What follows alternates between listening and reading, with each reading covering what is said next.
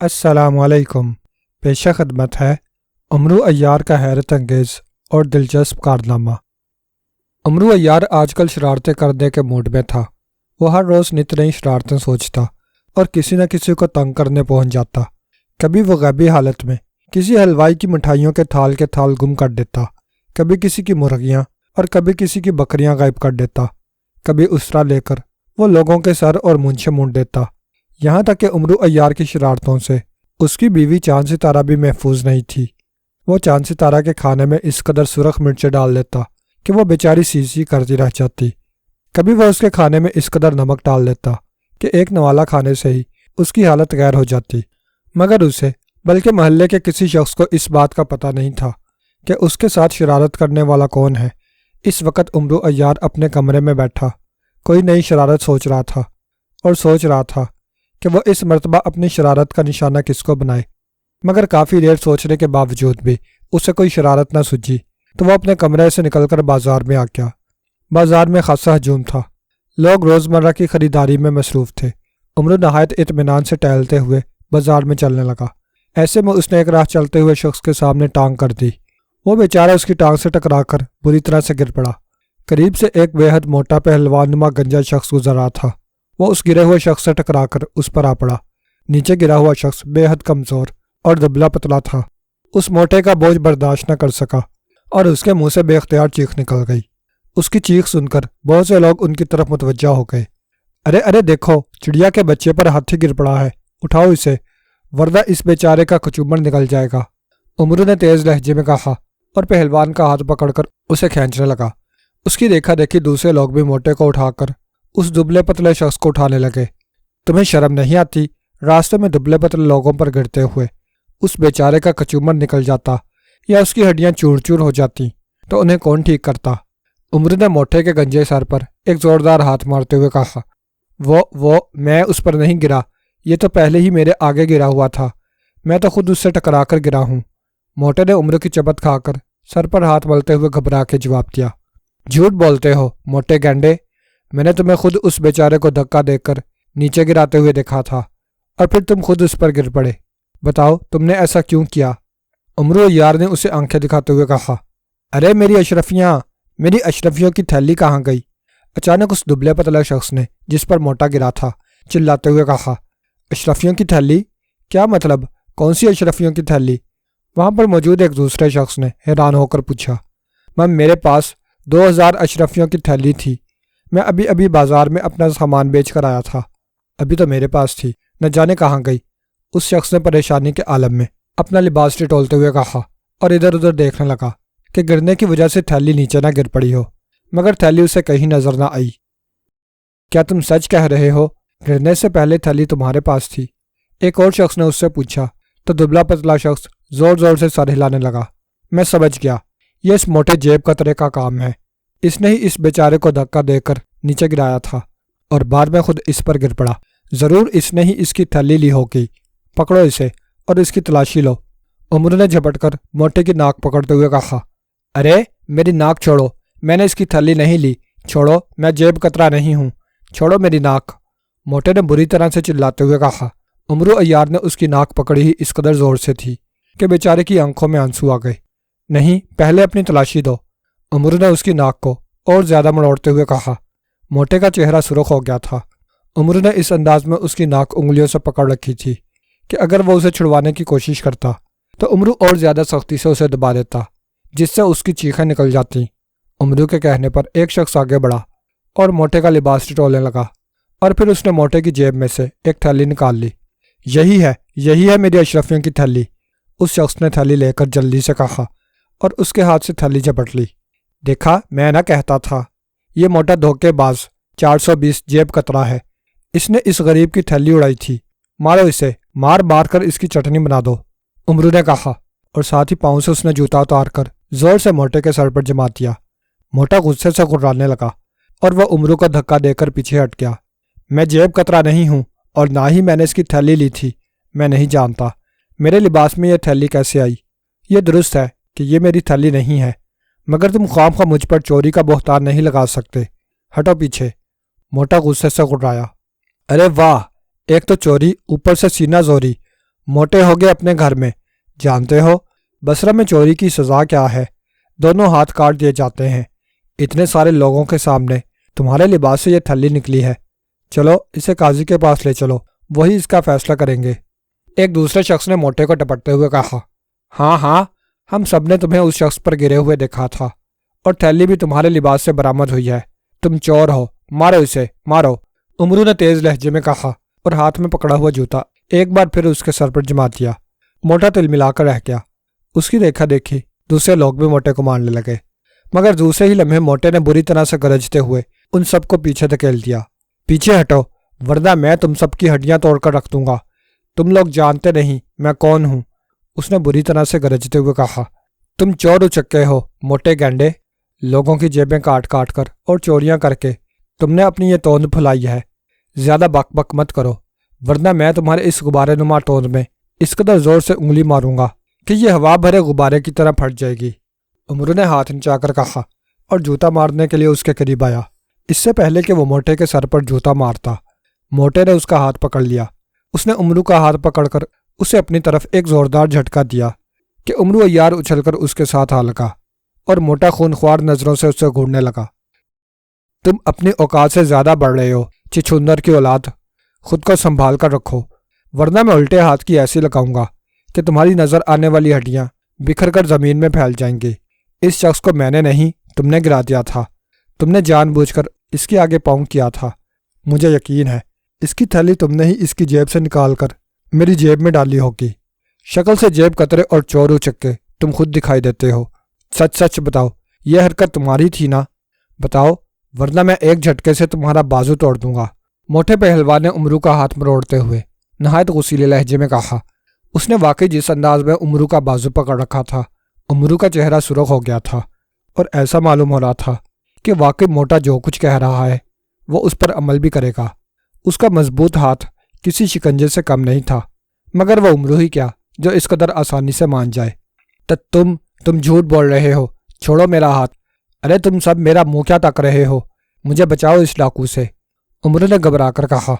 خبردار کوئی آگے نہ بڑھے ورنہ میں اس لنگور کے بازو کے ساتھ ساتھ اس کی گردن بھی توڑ دوں گا۔ چور میں نہیں یہ خود ہے، دیکھو میں کس طرح اس سے حقیقت اگلواتا ہوں۔ موٹے نے دوسرے ہاتھ سے امرو کی گردن پکڑ لی۔ اب تو امرو کے رہے سے اوسان بھی خطا ہو گئے۔ پہلی بار اسے اپنی شرارت اس قدر مہنگی پڑی تھی۔ یہ حقیقت تھی کہ اس نے ٹانگ بڑھا کر اس شخص کو گراتے ہوئے اس کے پٹکے سے اشرفیوں کی تھیلی اتار لی تھی، اور جو ہی موٹا اس شخص پر گرا اس نے اسے اٹھاتے ہوئے کمال ہوشیاری سے تھیلی موٹے کے لباس میں ڈال دی۔ اس کا خیال تھا کہ وہ موٹے کی درگت بنوائے گا اور خود کہکیل گاتا ہوا آگے بڑھ جائے گا، مگر یہ تو الٹا اس پر ہی بن آئی تھی اور اس کا رنگ فک ہوا جا رہا تھا کہ وہ خود کو اس موٹے کی گرفت سے کس طرح آزاد کرا سکے گا۔ بولو یہ شرارت تمہاری تھی نا؟ جواب دو، خاموش کیوں ہو؟ بتاؤ ان سب لوگوں کو کہ یہ حرکت تمہاری تھی ورنہ میں سچ مچ تمہاری گردن مروڑ دوں گا۔ موٹے پہلوان نے اس کی گردن دباتے ہوئے غصیلے لہجے میں کہا اور امرو کے منہ سے کراہیں نکلنے لگیں۔ یہ جھوٹ ہے، میں نے ایسا نہیں کیا، چھوڑو میری گردن موٹے گنجے، تمہاری 9 من کی لاش کی قبر میں کیڑے پڑے، چھوڑو میری گردن امرو نے بری طرح سے بلبلاتے ہوئے کہا، مگر موٹا بھلا اس قدر آسانی سے کہاں چھوڑنے والا تھا۔ اس نے اور زور زور سے امرو کی گردن دبانا شروع کر دی اور امرو کے منہ سے سچ مچ چیخیں نکلنے لگیں۔ وہاں اچھا خاصا مجمع اکٹھا ہو گیا۔ لوگ موٹے کے خوف سے اسے دور دور ہی کھڑے تھے۔ ہٹو پیچھے ہٹو، کون ہے یہاں، کیا ہو رہا ہے، راستہ دو۔ اچانک ایک گرجدار آواز سنائی دی اور داروغہ چند سپاہیوں کے ساتھ راستہ بناتے ہوئے اس طرف آ گیا۔ موٹے پہلوان کو دیکھ کر داروغہ بری طرح سے چونک اٹھا۔ ارے سارج، تم کیا ہوا؟ تم نے اس شخص کو کیوں دبوچ رکھا ہے؟ کیا کیا ہے اس نے موٹے پہلوان سے مخاطب ہو کر پوچھا۔ اس بدبخت نے اتنے سارے لوگوں کے سامنے میری بے عزتی کی ہے، میرے سر پر جوتے مارے ہیں، میں اسے نہیں چھوڑوں گا، جان سے مار دوں گا اسے، موٹے پہلوان نے غصیلے لہجے میں کہا۔ کیا کہا؟ اس نے تمہارے سر پر جوتے مارے ہیں؟ یہ تم کیا کہہ رہے ہو؟ کیا یہ تمہیں نہیں جانتا؟ داروغہ نے اس کی بات سن کر بری طرح سے چونکتے ہوئے کہا۔ اس کے لہجے میں شدید حیرت تھی، جیسے یہ بات اس کے لیے نہایت حیران کن ہو۔ ہاں، اس نے مجھ پر جھوٹا الزام لگایا ہے، خود اس شخص کو گرا کر اس کی تھیلی اڑائی اور میرے لباس میں ڈال کر لوگوں سے مجھے پٹوانے لگا۔ جب تک یہ ان سب لوگوں کے سامنے اصل بات بتا کر مجھ سے معافی نہیں مانگے گا میں اسے نہیں چھوڑوں گا، تم ہٹ جاؤ پیچھے۔ موٹے کا پارا بری طرح سے چڑھا ہوا تھا اور عمرو عیار اس کی گرفت میں یوں تڑپ رہا تھا جیسے اس کے جسم سے روح کھینچی جا رہی ہو۔ نہیں، چھوڑ دو اسے، اور تم لوگوں نے کیا مجمع لگا رکھا ہے؟ جاؤ یہاں سے، چلو، ورنہ تم سب کو بھی لے جا کر زندان میں ڈال دوں گا۔ جانتے نہیں، یہ ایران کا سب سے بڑا اور مشہور پہلوان سارج ہے۔ داروغہ نے پہلے پہلوان سے، پھر لوگوں کو ڈپٹتے ہوئے کہا۔ سارج پہلوان کا نام سن کر لوگوں کے چہروں پر سے ہوائیاں اڑنے لگیں۔ وہ کان دبا کر جلدی سے وہاں سے منتشر ہوتے چلے گئے۔ سارج پہلوان کا نام سن کر عمرو عیار کا بھی جیسے دل دھڑکنا بھول گیا۔ سارج پہلوان واقعی بہت بڑا اور طاقتور پہلوان تھا۔ اس کے بارے میں مشہور تھا کہ وہ طاقتور ہونے کے ساتھ ساتھ بے حد سخت گیر اور سرپرا تھا۔ عام لوگ تو ایک طرف، بڑے بڑے نامی گرامی پہلوان بھی اس کے نام سے خوف کھاتے تھے، اور عمرو عیار نادانستگی میں اس پاگل پہلوان سے شرارت کر بیٹھا تھا۔ سارج پہلوان، مجھے معاف کر دو، مجھ سے بھول ہو گئی، میں نہیں جانتا تھا کہ تم اصل میں کون ہو، مجھے معاف کر دو، میں آئندہ ایسی کوئی شرارت نہیں کروں گا، میں توبہ کرتا ہوں، میری توبہ، میرے باپ کی توبہ، میرے دادا پردادا سب کی توبہ۔ عمرو عیار بری طرح سے گھگیانے لگا۔ اب آئے ہو نا سیدھے راستے پر، میں تمہیں معاف ضرور کر دیتا چونٹی کے بچے، مگر تم نے سرے بازار میرے سر پر جوتے مارے ہیں، اس لیے میں تمہیں کسی صورت معاف نہیں کر سکتا۔ کم از کم میں تمہارا ایک بازو اور ایک ٹانگ ضرور توڑوں گا۔ سارج پہلوان نے دانت کچکچاتے ہوئے کہا۔ نہیں نہیں، ایسا مت کرنا سارج پہلوان، اگر تم نے میرے ہاتھ پاؤں توڑ دیے تو میں لولا لنگڑا ہو جاؤں گا۔ ابھی تو میری شادی بھی نہیں ہوئی، اور لولے لنگڑے سے اس دنیا میں کون شادی کرے گا؟ میری شادی نہیں ہوگی تو میں کنوارا ہی مر جاؤں گا، اور میں کنوارا مرنا نہیں چاہتا۔ تمہیں تمہارے گنجے سر کا واسطہ، اس پھولی ہوئی توند کی قسم، مجھے چھوڑ دو، مجھ پر ظلم مت کرو۔ عمرو بری طرح سے گھگیانے لگا۔ کچھ بھی ہو، میں تمہیں نہیں چھوڑوں گا، تم سے اپنی بے عزتی کا بدلہ ضرور لوں گا۔ ہاں، اگر تم میری ایک شرط مانو تو میں تمہیں وقتی طور پر معاف کر سکتا ہوں۔ سارج پہلوان نے سر ہلاتے ہوئے کہا۔ شرط؟ ہاں ہاں، میں تمہاری ہر شرط ماننے کو تیار ہوں موٹے، میرا مطلب ہے سارج پہلوان، تم بتاؤ تو صحیح۔ عمرو نے جلدی سے کہا۔ اس شہر کے سب لوگ مجھ سے خوف کھاتے ہیں، اور اکھاڑے کا ہر پہلوان مجھ سے لڑنے سے گھبراتا ہے۔ کوئی ایسا شخص نہیں ہے جو میرے مقابلے پر تیار ہو، اور جب تک میں ایک آدھ کی گردن نہ توڑ دوں مجھے قرار ہی نہیں آتا، مگر میں خواہ مخواہ کسی کو مارنے کا قائل نہیں ہوں۔ ہاں، اگر تم اکھاڑے میں میرے ساتھ لڑنے کو تیار ہو جاؤ تو میں تمہیں اس وقت تک کے لیے زندہ چھوڑ سکتا ہوں، ورنہ اس وقت تو تمہیں ہر صورت میں اپنے ہاتھ پاؤں توڑوانے ہوں گے۔ سارج پہلوان نے گڑراتے ہوئے کہا۔ سارج پہلوان، یہ تم کیا کہہ رہے ہو؟ یہ دبلا پتلا سا ایک معمولی بوڑھا تمہارا کیا مقابلہ کرے گا؟ چھوڑ دو اسے، اس نے توبہ کر لی ہے، آئندہ یہ کبھی شرارت نہیں کرے گا۔ داروغہ جو اتنی دیر سے خاموش ان کی باتیں سن رہا تھا بول اٹھا۔ تمہیں مشورہ دینے کی کوئی ضرورت نہیں ہے داروغہ جی، میں اس سے بات کر رہا ہوں۔ ہاں بولو، اکھاڑے میں میرا مقابلہ کرو گے یا توڑ دوں تمہارے ہاتھ پاؤں؟ سارج پہلوان نے پہلے داروغہ سے پھر عمرو سے مخاطب ہو کر کہا۔ ٹھیک ہے سارج پہلوان، اگر تمہارا یہی ارادہ ہے تو میں تیار ہوں، میں اکھاڑے میں تمہارا مقابلہ کروں گا۔ عمرو عیار نے چند لمحے سوچ کر جواب دیا، اور اس کی بات سن کر نہ صرف داروغہ اور اس کے سپاہی بلکہ سارج پہلوان بھی حیران رہ گیا، اور اس نے جلدی سے عمرو کی گردن اور اس کا ہاتھ چھوڑ دیا۔ کیا کہا؟ تم میرا مقابلہ کرو گے؟ کیا واقعی تم سچ کہہ رہے ہو؟ سارج پہلوان نے حیرت زدہ انداز میں عمرو کا منہ دیکھتے ہوئے کہا۔ ہاں سارج پہلوان، میں تمہارا مقابلہ کروں گا، نہ صرف میں تمہارا مقابلہ کروں گا بلکہ میں تمہیں سب لوگوں کے سامنے شکست بھی دے کر دکھاؤں گا، اور تمہارا یہ ڈھول نما پیٹ پھاڑ کر نہ رکھ دیا تو عمرو عیار نہ کہنا مجھے۔ عمرو نے اپنی گردن اور کلائی مسلتے ہوئے غصیلے انداز میں کہا۔ او سنا تم نے داروغہ جی، یہ پدی کا بچہ نہ صرف میرا مقابلہ کرنے کو تیار ہو گیا ہے بلکہ مجھے شکست دینے کے دعوے کرنے لگا ہے۔ ہا ہا ہا، معلوم ہوتا ہے موت کے خوف نے اس کے اوسان خطا کر دیے ہیں، یا شاید یہ ایسا اپنی جان بچانے کے لیے کہہ رہا ہے۔ سارج پہلوان نے زوردار کہکا لگاتے ہوئے کہا۔ یہ تمہاری بھول ہے موٹے گونگلو، میں اپنی جان بچانے کے لیے نہیں کہہ رہا، میں واقعی تمہارا مقابلہ کروں گا۔ جاؤ اور جا کر اپنے ابا جان سے اپنے بدن پر تیل ملوا کر سو جاؤ، کل صبح میں تمہیں بڑے میدان میں ملوں گا جہاں میرا اور تمہارا مقابلہ ہوگا، اور ساری دنیا تمہیں میرے سامنے گھٹنے ٹیکتے ہوئے دیکھے گی۔ اور داروغہ جی، تم بھی پورے شہر میں ڈھنڈورا پٹوا دو کہ بصرہ کے عمرو عیار نے یہ اعلان کیا ہے کہ وہ کل صبح ایران کے سب سے موٹے اور گندے انڈے جیسے سر والے سارج پہلوان کے ساتھ مقابلہ کرے گا اور اسے ناکو چنے چبوا دے گا۔ عمرو عیار نے کہا۔ اور اس کی بات سن کر سارج پہلوان کا بدن تن گیا اور وہ خونخوار نظروں سے عمرو عیار کو گھورنے لگا۔ سوچ لو عمرو عیار، تم نادانستگی میں اپنی موت کو آواز دے رہے ہو۔ تم سارج پہلوان کو دیکھ رہے ہو، یہ تم جیسے انسانوں کو اپنی انگلیوں میں مسل کر رکھ سکتا ہے۔ تم شاید جانتے نہیں، سارج کے ساتھ مقابلہ کرنے والا آج تک کوئی پہلوان زندہ نہیں بچا۔ اپنا ارادہ بدل لو، میں سارج پہلوان کی منت کر لوں گا کہ وہ تمہیں معاف کر دے۔ داروغہ نے عمرو عیار کو سمجھاتے ہوئے کہا، میں ایک بار جو فیصلہ کر لیتا ہوں داروغہ جی، وہ پھر کبھی بدلا نہیں کرتا۔ تم نے سارج کی طاقت کی دھاک سنی ہے، عمرو عیار کی عقل اور اس کے کارناموں کو شاید تم نے نہیں سنا۔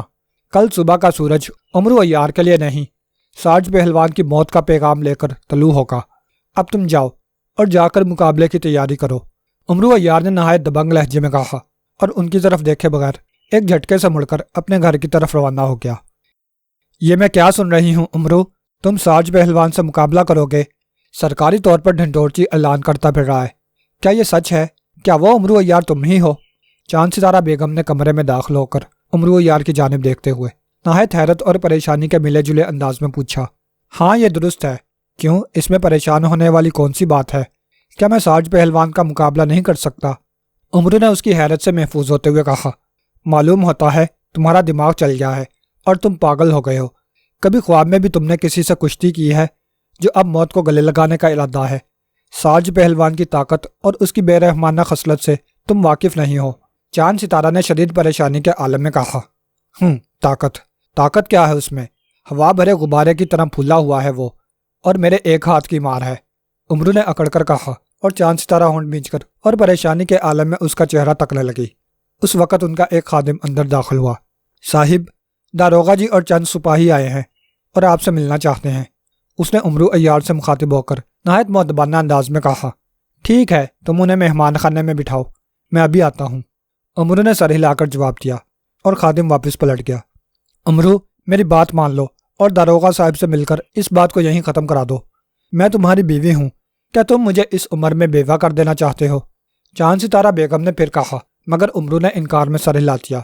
نہیں بیگم، اب کچھ نہیں ہو سکتا۔ داروغہ صاحب سرکاری اجازت نامہ لائے ہوں گے، میں اس پر دستخط کرنے جا رہا ہوں۔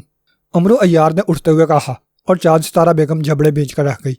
عمرو عیار نے دیوار کے ساتھ لگے قد آدم آئینے کے سامنے اپنا حلیہ درست کیا اور نہایت اطمینان بھرے انداز میں چلتا ہوا مہمان خانے میں آ گیا۔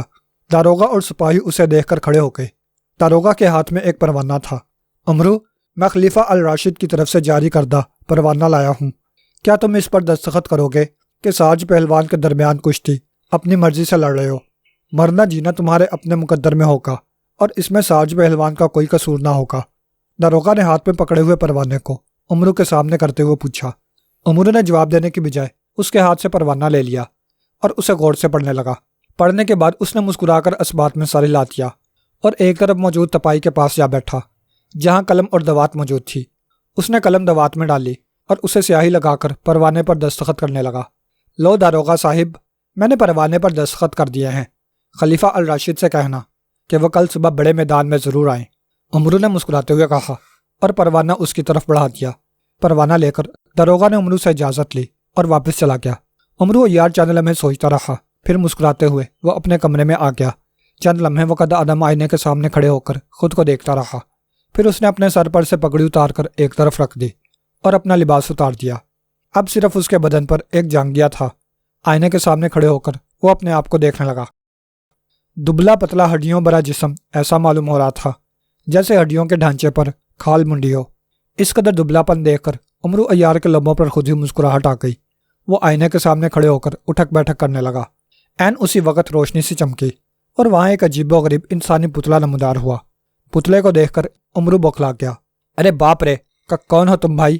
تمہیں یوں غیر محرم کے کمرے میں آتے ہوئے شرم نہیں آتی؟ ارے میری طرف یوں دیدے پھاڑ پھاڑ کر کیا دیکھ رہے ہو؟ ادھر منہ کرو، بلکہ جاؤ یہاں سے۔ دیکھ نہیں رہے میں نے کس قدر مختصر لباس پہنا ہوا ہے؟ عمرو عیار نے خود ہی بری طرح سے سمٹتے ہوئے کہا۔ اس کی بات کا انسانی پتلے نے کوئی جواب نہ دیا۔ اس نے سر گھما کر ادھر ادھر دیکھا، پھر اس کی نظریں ایک طرف پڑی ہوئی عمرو کی زنبیل پر جم گئی۔ اس سے پہلے کہ عمرو کچھ سمجھتا، وہ تیر کی طرح زنبیل کی جانب بڑھا اور اس نے زنبیل اٹھا لی۔ ارے میری زنبیل کہاں لے جا رہے ہو؟ کون ہو تم؟ ارے ارے! عمرو عیار بوکھلا کر اس کی طرف بڑھا، مگر عین اسی وقت پتلا وہاں سے زنبیل لے کر غائب ہو گیا۔ ارے لے گیا میری زنبیل، ہائے ہائے میری زنبیل، پکڑو جانے نہ پائے، حارث، کاظم، جابر، کہاں ہو تم سب؟ پکڑو اس خبیث کو، وہ میری زنبیل لے گیا ہے۔ پتلے کو غائب ہوتے دیکھ کر عمرو ناچ کر رہ گیا اور اپنی حالت کی پرواہ کیے بغیر تیزی سے دروازے کی طرف لپکا اور دروازہ کھول کر باہر نکل آیا۔ اس کی آواز سن کر اس کے خادم بھاگتے ہوئے اس کی طرف آ گئے۔ جی صاحب کیا ہوا؟ ارے یہ کیا صاحب، آپ خادم عمرو عیار کو جانگیے میں دیکھ کر گھبرا گئے اور انہوں نے منہ پھیر کر ہنسنا شروع کر دیا۔ ارے گیدڑ کے بچوں، وہ میری زنبیل لے گیا ہے اور تم دانت نکال رہے ہو، پکڑو اسے۔ ارے بدبختو، کیا ہوا ہے تمہیں؟ منہ پھیر کر ہنس کیوں رہے ہو؟ عمرو نے غصے سے انہیں ڈانٹ کر کہا۔ اسی وقت چاند ستارہ بیگم اس طرف آ گئی۔ عمرو کو اس حالت میں دیکھ کر اس کی ہنسی نکل گئی۔ اچھا تو تم نے ابھی سے ہی کشتی کی تیاری کرنی شروع کر دی ہے؟ عمرو عیار، میں کہتی ہوں اب بھی اپنے ارادے سے باز آ جاؤ، اپنی حالت دیکھو، ساری ہڈیاں نظر آ رہی ہیں، اگر ساج پہلوان کے ہاتھ میں آ گئیں تو ٹوٹ پھوٹ کر رہ جائیں گی۔ چاند ستارہ نے عمرو کے دبلے پن کا مذاق اڑاتے ہوئے کہا اور عمرو نے بوکھلا کر اپنے بدن کی طرف دیکھا۔ دوسرے ہی لمحے وہ پلٹا اور اپنے کمرے کی جانب دوڑ گیا۔ اسے یوں بھاگتے دیکھ کر چاند ستارہ بیگم اور خادم زور زور سے ہنسنے لگے۔ ارے تم کیوں ہنس رہے ہو؟ شرم کرو، جاؤ یہاں سے۔ خادموں کو ہنستے دیکھ کر چاند ستارہ نے انہیں بری طرح سے ڈپٹ کر کہا اور اس کا غصہ دیکھ کر خادم منہ میں ہنسی دباتے ہوئے وہاں سے چلے گئے۔ چند ہی لمحوں میں عمرو عیار اپنا لباس پہنتا ہوا باہر آ گیا۔ اس کے چہرے پر سے ہوائیاں اڑی ہوئی تھیں۔ ارے بیگم، غضب ہو گیا، میں تباہ ہو گیا، برباد ہو گیا، وہ میری زنبیل لے گیا ہے، میں کیا کروں؟ عمرو نے باہر آتے ہوئے چاند ستارہ کو دیکھ کر نہایت پریشانی کے عالم میں کہا۔ زنبیل لے گیا ہے؟ کون لے گیا ہے تمہاری زنبیل؟ چاند ستارہ بیگم نے چونک کر پوچھا۔ وہ پتہ نہیں وہ کون تھا، میں اسے نہیں جانتا، میں اندر لباس اتار کر کشتی کی تیاریاں کر رہا تھا کہ وہاں اچانک روشنی چمکی اور ایک پتلا نمودار ہوا اور میری زنبیل اٹھا کر غائب ہو گیا۔ عمرو عیار نے نہایت پریشانی کے عالم میں ہاتھ ملتے ہوئے کہا۔ او یہ تم کیا کہہ رہے ہو؟ کون تھا وہ انسانی پتلا اور وہ تمہاری زنبیل کیوں لے گیا ہے؟ چاند ستارہ نے اس کی بات سن کر پریشانی سے پوچھا۔ وہ تمہارا سب سے بڑا دشمن ارغال دیو تھا عمرو، وہ ایک عرصہ سے تمہاری زنبیل کو حاصل کرنا چاہتا تھا مگر کسی طرح بھی تمہاری زنبیل اس کے قابو میں نہیں آ رہی تھی، کیونکہ جب تک تم خود زنبیل اپنے لباس سمیت اپنے جسم سے جدا نہ کرتے تب تک وہ اسے حاصل نہیں کر سکتا تھا، اور اب جب کہ تم نے پہلوانی کے شوق میں اپنی زنبیل اور لباس اتارا تو ارغال دیو کا جادو پتلا تمہاری زنبیل لے اڑا، اب تم پچھتانے کے سوا اور کچھ نہیں کر سکتے۔ ایک تیز آواز آئی اور عمرو عیار اور چاند ستارہ چونک اٹھے۔ انہوں نے دیکھا ان کے قریب ایک عجیب انسانی سایہ سا لہرا رہا تھا۔ سایہ کسی عورت کا معلوم ہوتا تھا، اس کے لمبے لمبے بال بھی تھے۔ تم کون ہو اور تمہیں یہ سب باتیں کیسے معلوم ہوئی ہیں؟ عمرو نے گھبرائے ہوئے لہجے میں اس سایہ سے مخاطب ہو کر پوچھا۔ اسی وقت دھم سے کسی کے گرنے کی آواز سنائی تھی۔ عمرو نے دیکھا اس کی بیوی چاند ستارہ بے ہوش ہو کر زمین پر گر پڑی تھی۔ وہ غالباً اس پراسرار سائے کے خوف سے بے ہوش ہوئی تھی۔ میں شہزادی قزلباش ہوں، یہ بات مجھے نہیں معلوم ہوگی تو اور کسے ہوگی؟ ارغال دیو نے تمہاری زنبیل میرے لیے ہی تو حاصل کی ہے، اس کے بغیر میں بلا اس کے قابو میں کس طرح سے آ سکتی تھی؟ سائے نے ایک ٹھنڈی آہ بھر کر کہا۔ شہزادی قزلباش، مگر تم ہو کون اور تم مجھے دکھائی کیوں نہیں دے رہی؟ کہاں ہو تم؟ مجھے صرف تمہارا حرکت کرتا ہوا سایہ سا نظر آ رہا ہے، عمرو نے پریشانی سے پیشانی کو جاتے ہوئے کہا۔ اس کا لہجہ بے حد الجھا ہوا تھا۔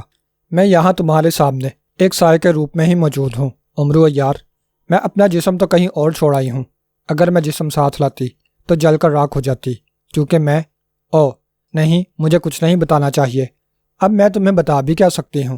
کاش ارغال دیو نے تمہاری زنبیل نہ حاصل کی ہوتی، مگر افسوس، اب کیا ہو سکتا ہے؟ سائے نے بے حد مغموم لہجے میں کہا اور پھر وہاں سے سایہ دھندلانے لگا۔ ارے یہ سایہ کیوں غائب ہو رہا ہے؟ سنو میری بات تو سنو، شہزادی قزلباش۔ عمرو عیار سائے کو آوازیں دینے لگا، مگر اتنی دیر میں سایہ روشنی میں تحلیل ہو کر وہاں سے غائب ہو گیا۔ یا الہی، یہ سب کیا ہو رہا ہے؟ یہ ارغال دیو کون ہے اور یہ شہزادی قزلباش اس کا سایہ، یہ سب کیا ہے؟ میری تو کچھ سمجھ میں نہیں آ رہا۔ ہائے میری زنبیل، میں زنبیل کے بغیر تو آدھا بھی نہیں ہوں، اب میں کیا کروں؟ کہاں سے تلاش کروں اپنی زنبیل؟ عمرو نے بے حد پریشان اور پرملال لہجے میں کہا اور وہیں سر پکڑ کر بیٹھ گیا۔ پھر اس کی نظر بے ہوش چاند ستارہ پر پڑی تو وہ چیخ کر خادموں کو آوازیں دینے لگا۔ چند ہی لمحوں میں خادم بھاگتے ہوئے وہاں آ گئے۔ اپنی بیگم صاحبہ کو ہوش میں لاؤ، میں ابھی آتا ہوں، عمرو نے انہیں ہدایات دیتے ہوئے کہا اور تیز تیز قدم اٹھاتا ہوا وہاں سے باہر نکلتا چلا گیا۔ جو ہی وہ اپنے گھر سے باہر نکلا، چند نیزہ بردار سپاہیوں نے اس کا راستہ روک لیا۔ عمرو، تم اپنے گھر سے باہر نہیں جا سکتے۔ صبح تمہارا سارج پہلوان سے مقابلہ ہے اور خلیفہ الراشد کا حکم ہے کہ اگر عمرو مقابلے کے خوف سے گھر سے باہر نکلنے یا کہیں بھاگنے کی کوشش کرے تو اس کا راستہ روک لیا جائے۔ ہمیں افسوس ہے، تم کل سے پہلے اپنے گھر سے باہر نہیں جا سکتے۔ ایک سپاہی نے قدرے نرم مگر خشک لہجے میں کہا، اور عمرو یہ نئی بات سن کر پیچو تاب کھا کر رہ گیا۔ وہ نہایت غصیلی نظروں سے ان سپاہیوں کو چند لمحے گھورتا رہا، پھر واپس پلٹا اور گھر کے اندر چلا گیا۔ اسے یوں غصے میں جاتا دیکھ کر سپاہیوں کے لبوں پر مسکراہٹ آ گئی۔ وہ سمجھ رہے تھے شاید عمرو کو سارج پہلوان کی طاقت کا خیال آ گیا ہے اور وہ اب مقابلے کے خوف سے یہاں سے نکل بھاگنا چاہتا تھا، مگر ان بیچاروں کو کیا خبر تھی کہ عمرو پر زنبیل کے گم ہو جانے سے کیا بیت رہی تھی۔ سبز رنگ کا غبار فضا میں لہرایا اور دوسرے ہی لمحے وہ تیزی سے سمٹتا ہوا ایک بہت بڑے محل میں داخل ہوتا چلا گیا۔ محل کے ایک نہایت خوبصورت اور بہت بڑے کمرے میں داخل ہو کر اس غبار نے ایک نہایت بدشکل، ہیبت ناک اور گنجے سر والے خوفناک دیو کا روپ دھار لیا۔ دیو کا رنگ گہرا سبز تھا، اس کی آنکھیں بے حد بڑی بڑی اور خون آلود تھیں۔ اس نے زرد رنگ کا جانگیا اور گردن میں سیاہ رنگ کا کپڑا ڈال رکھا تھا، کانوں میں بالیاں اور گلے میں قیمتی ہار تھا۔ دیو چند لمحے ادھر ادھر دیکھتا رہا، پھر اس نے زور سے تالی بجائی۔ ایک جھماکہ ہوا اور وہاں ایک انسانی پتلا نمودار ہوا۔ پتلے نے جھک کر نہایت مؤدبانہ انداز میں دیو کو سلام کیا۔ ہاں، کیا رہا؟ میرا کام ہوا یا نہیں؟ سبز دیو نے پتلے کی جانب دیکھتے ہوئے نہایت گرجدار آواز میں پوچھا۔ آپ کا کام ہو گیا ہے آقا، یہ لیجئے عمرو عیار کی زنبیل۔ پتلے نے نہایت مؤدبانہ انداز میں سر جھکاتے ہوئے کہا، ساتھ ہی اس نے فضا میں ہاتھ لہرایا۔ فوراً ہی اس کے ہاتھ میں عمرو عیار کی زنبیل آ گئی۔ زنبیل دیکھ کر سبز دیو کی آنکھیں چمک اٹھیں اور اس کا چہرہ خوشی کے مارے کھل اٹھا۔ اس نے جھپٹ کر پتلے سے زنبیل چھین لی۔ ہا ہا ہا، اب دیکھتا ہوں شہزادی قزل باش میرے ہاتھوں کیسے بچ نکلتی ہے۔ ذاکی بابا کو بلاؤ، دیو نے مسرت بھرے انداز میں کہکا لگاتے ہوئے کہا، اور پتلا سر ہلا کر فوراً وہاں سے غائب ہو گیا۔ سبز دیو غور سے عمرو عیار کی زنبیل کو دیکھ رہا تھا۔ اس کے چہرے پر عجیب سی چمک لہرا رہی تھی، جیسے اس زنبیل کو دیکھ کر اسے دنیا بھر کا خزانہ مل گیا ہو۔ ابھی وہ زنبیل کو دیکھ ہی رہا تھا کہ اسی وقت تیز گڑگڑاہٹ ہوئی اور سامنے والی دیوار یکلخ دو حصوں میں پھٹتی چلی گئی۔ اس خلا میں سے ایک بے حد دبلا پتلا مگر بے حد بوڑھا دیو آتا دکھائی دیا، جس کے ہاتھ میں سام کی طرح بل کھاتی ہوئی ایک لکڑی تھی۔ اس کا سارا بدن سفید اور لمبے لمبے بالوں میں چھپا ہوا تھا، یہاں تک کہ اس کا چہرہ بھی سفید بالوں میں چھپا ہوا تھا۔ صرف اس کی دو چمکتی ہوئی آنکھیں یا موٹے موٹے سرخ ہونٹ دکھائی دے رہے تھے۔ وہ نہایت آہستہ آہستہ چلتا ہوا دیوار سے نکل کر باہر آ گیا۔ ذاکی بابا، یہ دیکھو، میں نے زنبیل حاصل کر لی ہے، اب بتاؤ مجھے کیا کرنا ہے؟ ارغال دیو نے اس بوڑھے دیو کو عمرو کی زنبیل دکھاتے ہوئے نہایت بےتابی سے پوچھا۔ عمرو عیار کی زنبیل، خوب، اب تو تمہارا مسئلہ بہت آسان ہو گیا ہے ارغال دیو۔ ٹھہرو، میں معلوم کرتا ہوں کہ اس وقت شہزادی قزل باش کہاں ہے، بوڑھے دیو نے کہا، اور اس نے آنکھیں بند کر کے اپنے ہاتھ میں پکڑی ہوئی لکڑی سر سے بلند کر کے ہولے ہولے اسے ایک دائرے میں گھمانے لگا، ساتھ ساتھ اس کے ہونٹ ہلنے لگے۔ دوسرے ہی لمحے اس نے جھٹ سے آنکھیں کھول دیں۔ ارغال دیو، جاؤ جلدی کرو، شہزادی قزل باش اپنے محل میں سو رہی ہے، فوراً وہاں جا کر اسے زنبیل میں قید کر لو۔ اس کا سایہ بھی اس وقت وہاں موجود نہیں ہے، جتنی دیر میں اس کا سایہ واپس آئے تم شہزادی کو زنبیل میں بند کر کے یہاں لے آؤ، جلدی کرو، بوڑھے دیو نے تیز لہجے میں کہا، اور ارغال دیو نے بھی جواباً سر ہلا دیا۔ دوسرے ہی لمحے اس نے زمین پر زور سے پاؤں مارا، اس جگہ سے زمین پھٹ گئی۔ اسی لمحے ارغال دیو کا جسم سبز غبار میں تبدیل ہو کر نہایت تیزی سے پھٹی ہوئی زمین میں سما گیا۔ اس کے جاتے ہی زمین برابر ہو گئی۔ اس کے جانے کے بعد بوڑھا دیو چند لمحے کچھ سوچتا رہا، پھر اس نے لکڑی کو زور سے جھٹکا دیا۔ یکلخ لکڑی کے سرے پر ایک شعلہ سا بڑکا اور اس میں سے چند چنگاریاں سے نکل کر زمین پر گریں۔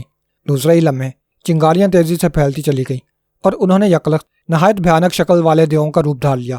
ان دیووں کا رنگ سرخی مائل تھا اور ان کے منہ اور ناک سے آگ کے بھپکے نکل رہے تھے۔ ان کے سروں پر بھی آگ کا علو روشن نظر آ رہا تھا۔ ان دیووں کی تعداد 7 تھی اور ساتوں کے ساتوں دیو ایک ہی قد کاٹھ اور ایک ہی جیسی شکل و صورت کے مالک تھے۔ آگ دیو حاضر ہیں ذاکی بابا، حکم فرمائیں۔ ان دیو نے ایک ساتھ سر جھکا کر نہایت مؤدبانہ انداز میں کہا۔ آگ دیو، تم سب فوراً اس محل کو اپنے محاصرے میں لے لو۔ ارغال دیو کے آنے کے بعد کم از کم 7 روز تک اس محل میں کسی جاندار کو داخل مت ہونے دینا۔ اپنے ساتھ تم جلاد دیووں کی فوج بھی لے لو۔ خاص طور پر اس محل پر چند طلسماتی سائے حملہ آور ہوں گے، انہیں تم نے ہر ممکن طریقے سے روکنا ہے۔ بوڑھے دیو نے آگ دیووں کی جانب دیکھتے ہوئے تحکمانہ لہجے میں کہا، اور ان دیووں نے اس بات میں سر ہلا دیے اور ایک ساتھ وہاں سے غائب ہو گئے۔ ان کے غائب ہوتے ہی بوڑھے دیو نے ایک بار پھر تالی بجائی، ایک جھماکہ ہوا اور وہاں ایک دبلا پتلا کانا دیو نمودار ہوا۔ اس نے بھی جھک کر بوڑھے دیو کو سلام کیا اور ہاتھ باندھ کر کھڑا ہو گیا۔ کانے دیو، تمہارے آقا ارغال دیو ایک نہایت خطرناک شہزادی کو اغوا کر کے یہاں لا رہا ہے۔ وہ شہزادی خود اس محل سے بھاگنے کی کوشش کرے گی یا پھر اس کو چھڑوانے کے لیے بہت سے خطرناک جن یا دیو آئیں گے۔ تم دیو محل کے گرد اور کم از کم 1000 کوس تک جادوئی بجلیوں کا جال بچھا دو تاکہ ہمارے دیووں کے علاوہ اور کوئی اس طرف آنے کی کوشش کرے تو ایک لمحے میں جل کر ہلاک ہو جائے، اور کوہ سیاہ سے سیاہ بادلوں کو پکڑ کر محل کے گرد اس طرح پھیلا دو کہ محل ان میں چھپ جائے اور کوئی بھی اسے تلاش نہ کر سکے۔ بوڑھے دیو نے اسے حکم دیتے ہوئے کہا، اور کانے دیو نے سر ہلا کر نہایت خوفناک اور نوکیلے دانت نکال دیے اور بوڑھے دیو کو سلام کر کے وہاں سے غائب ہو گیا۔ اس کے جانے کے بعد بوڑھا دیو نہایت بے چینی کے عالم میں ارغال دیو کا انتظار کرنے لگا۔ کافی دیر بعد ایک زوردار کڑاکا ہوا، بجلی زور سے چمکی اور پھر اسی لمحے وہاں سبز ارغال دیو آ گیا۔ اس کا چہرہ فرط مسرت سے کھلا جا رہا تھا۔ اس کے چہرے، ہاتھوں اور جسم پر جا بجا زخموں کے نشان نظر آ رہے تھے جن میں سے سبز اور زرد رنگ کا خون رس رہا تھا، مگر ارغال دیو کو ان زخموں کی کوئی پرواہ نہ تھی۔ اس نے مضبوطی کے ساتھ امرو عیار کی زنبیل پکڑ رکھی تھی۔ ذاکی بابا، میں شہزادی کو لے آیا ہوں، اس نے خوشی سے بھرپور لہجے میں کہا، اور ذاکی بابا چونک پڑے۔ ہاں میں جانتا ہوں، تمہارا کھلا ہوا چہرہ اور زخموں سے بھرا ہوا جسم بھی اس بات کی گواہی دے رہا ہے کہ تم نے ایک مارکے کے بعد شہزادی قزلباش کو حاصل کر لیا ہے۔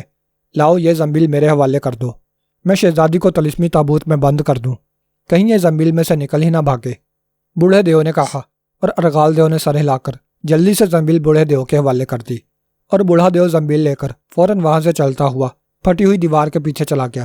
اس کے جاتے ہی دیوار برابر ہوتی چلی گئی۔ واہ، اب آئے گا مزہ، اب دیکھتا ہوں شہزادی قزلباش کس طرح میرے ساتھ شادی نہیں کرتی، صرف ایک مرتبہ میں اس کی ساری طاقتیں ختم کر دوں۔ پھر اسے اپنی کنیزنا بنا لیا تو میرا نام ارغال دیو نہیں۔ ارغال دیو نے اپنی ہتھیلی پر دوسرے ہاتھ کا مکہ مارتے ہوئے کہا، اور پھر وہ نہایت تیزی سے چلتا ہوا اس کمرے سے باہر نکلتا چلا گیا۔ پریشانی کے مارے امرو عیار کی نیند اڑی ہوئی تھی۔ اس نے زنبیل کے چلے جانے کے غم میں ساری رات آنکھوں میں کاٹی۔ اسے رہ رہ کر اپنی حماقت پر غصہ آ رہا تھا کہ اس نے کیوں خواہ اس موٹے پہلوان سارج کے ساتھ مذاق کیا تھا۔ نہ وہ سارج پہلوان کے ساتھ مذاق کرتا، نہ ہی وہ لباس اتارتا، اور نہ زنبیل غائب ہوتی۔ اب وہ اپنی اس زنبیل کو کہاں تلاش کرے جس میں اس کی عمر بھر کی کمائی چھپی ہوئی تھی۔ سوچ سوچ کر اس کا دماغ پھٹا جا رہا تھا۔ کبھی ارغال دیو اور کبھی شہزادی قزلباش کا سایہ، وہ سب کڑیاں ملانے کی کوشش کر رہا تھا، مگر وہ جوں سوچتا جا رہا تھا تو اس کا ذہن الجھتا جا رہا تھا، یہاں تک کہ سوچتے سوچتے دن نکل آیا۔ صبح ہوتے ہی خادم نے آ کر امرو عیار کو پیغام سنایا کہ داروغہ صاحب سپاہیوں کے ساتھ اسے لینے کے لیے آئے ہیں۔ یہ سن کر امرو عیار کا بگڑا ہوا چہرہ مزید بگڑ گیا۔ ان سے کہو آقا گھر نہیں ہے، امرو نے بڑے غصیلے انداز میں جبڑے بھینچتے ہوئے کہا۔ مگر آقا وہ تو، خادم نے کچھ کہنا چاہا۔ بکو مت، جو کہا ہے اس پر عمل کرو، جاؤ جا کر کہہ دو اس وقت میں کسی سے نہیں ملنا چاہتا، امرو نے اس کی بات کاٹتے ہوئے غرا کر کہا، اور خادم سر ہلا کر جلدی سے باہر نکل گیا۔ مگر چند لمحوں بعد وہ واپس لوٹا تو اس کا چہرہ پریشانی سے بگڑا ہوا تھا۔ وہ آقا وہ، اس نے جھجکتے ہوئے کچھ کہنا چاہا مگر پھر خاموش ہو گیا۔ ٹھیک ہے تم چلو، میں آتا ہوں، امرو نے اسے گھور کر کہا۔ پھر اس کے لہجے میں نرمی آ گئی اور خادم سر ہلاتا ہوا واپس چلا گیا۔ امرو یار چند لمحے یوں ہی پریشانی کے عالم میں سوچتا رہا، پھر ایک گہری سانس لیتے ہوئے اٹھ کھڑا ہوا اور گھر سے باہر نکل آیا۔ باہر داروغہ اور چند سپاہی بڑی بےتابی سے اس کا انتظار کر رہے تھے۔ امرو عیار تمہارا خادم تو کہہ رہا تھا کہ تم گھر پر نہیں ہو، اسے دیکھ کر داروغہ نے غصیلے لہجے میں کہا، مگر امرو خاموش رہا۔ تو وہ پھر کہنے لگا، چلو تمہیں خلیفہ الراشد نے بلوایا ہے، تم ان کے شاہی مہمان ہو، شام کو تمہارا ان کے ایرانی مہمان پہلوان سارج سے مقابلہ ہے۔ خلیفہ الراشد نہیں چاہتے کہ تم اس مقابلے سے دستبردار ہو جاؤ، وہ یہ مقابلہ ہر صورت میں کروانا چاہتے ہیں۔ سارج پہلوان نے ان کی ناک میں دم کر رکھا ہے، تم شاید نہیں جانتے، سارج پہلوان ان کا ہونے والا داماد ہے، اس لیے خلیفہ اس کی کوئی بات نہیں ڈالتے، داروغہ نے کہا، اور امرو سمجھ جانے والے انداز میں سر ہلانے لگا۔ تو سارج خلیفہ الراشد کا داماد ہے، اسی لیے وہ اس قدر قتل کرنے کے بعد بھی دندناتا پھرتا ہے، امرو نے ہونٹ بھینچتے ہوئے بڑبڑاتے ہوئے کہا۔ پھر اس نے داروغہ کو چند لمحے ٹھہرنے کا کہا اور گھر میں چلا گیا۔ لباس وغیرہ تبدیل کر کے وہ داروغہ کے ساتھ ہو لیا۔ داروغہ امرو عیار کو کوتوال شہر کے پاس لے گیا جہاں کوتوال شہر اسے سیدھا شاہی محل میں لے گیا۔ عمرو عیار کو شاہی مہمان خانے میں ٹھہرایا گیا۔ وہاں اس کے کھانے پینے کا خاطر خواہ انتظام کیا گیا۔ دوپہر کے وقت خلیفہ الراشد نے عمرو عیار کو بلا بھیجا۔ سارج، کیا یہی ہے وہ عمرو عیار جس سے تم مقابلہ کرنا چاہتے ہو؟ خلیفہ الراشد نے مسکرا کر اور حیرت سے عمرو کو دیکھ کر سارج پہلوان سے پوچھا، اور سارج پہلوان نے اس بات میں سر ہلا دیا۔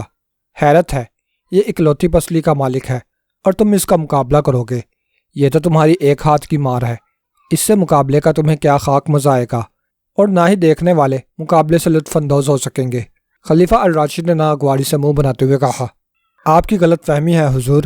آپ جسے معمولی اور کمزور سا انسان سمجھ رہے ہیں، یہ ویسا نہیں ہے۔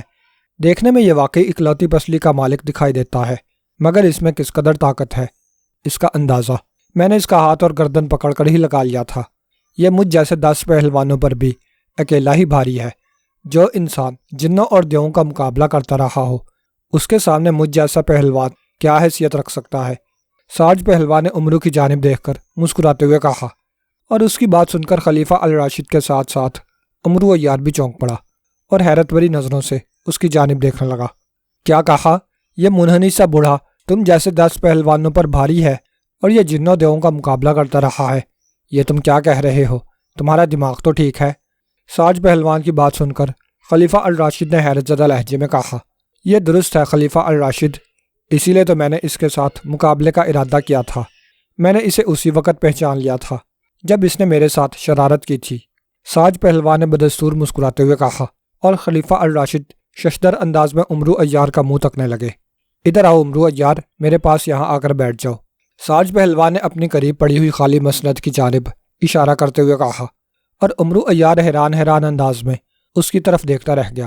کہاں ایران کا مشہور پہلوان اسے موت کے گھاٹ اتارنے اور سر عام کشتی لڑنے کے دعوے کر رہا تھا، اور اب وہی پہلوان اس کے سامنے یوں نرم لہجے میں باتیں کر رہا تھا جیسے وہ اس سے خاصا مرعوب ہو۔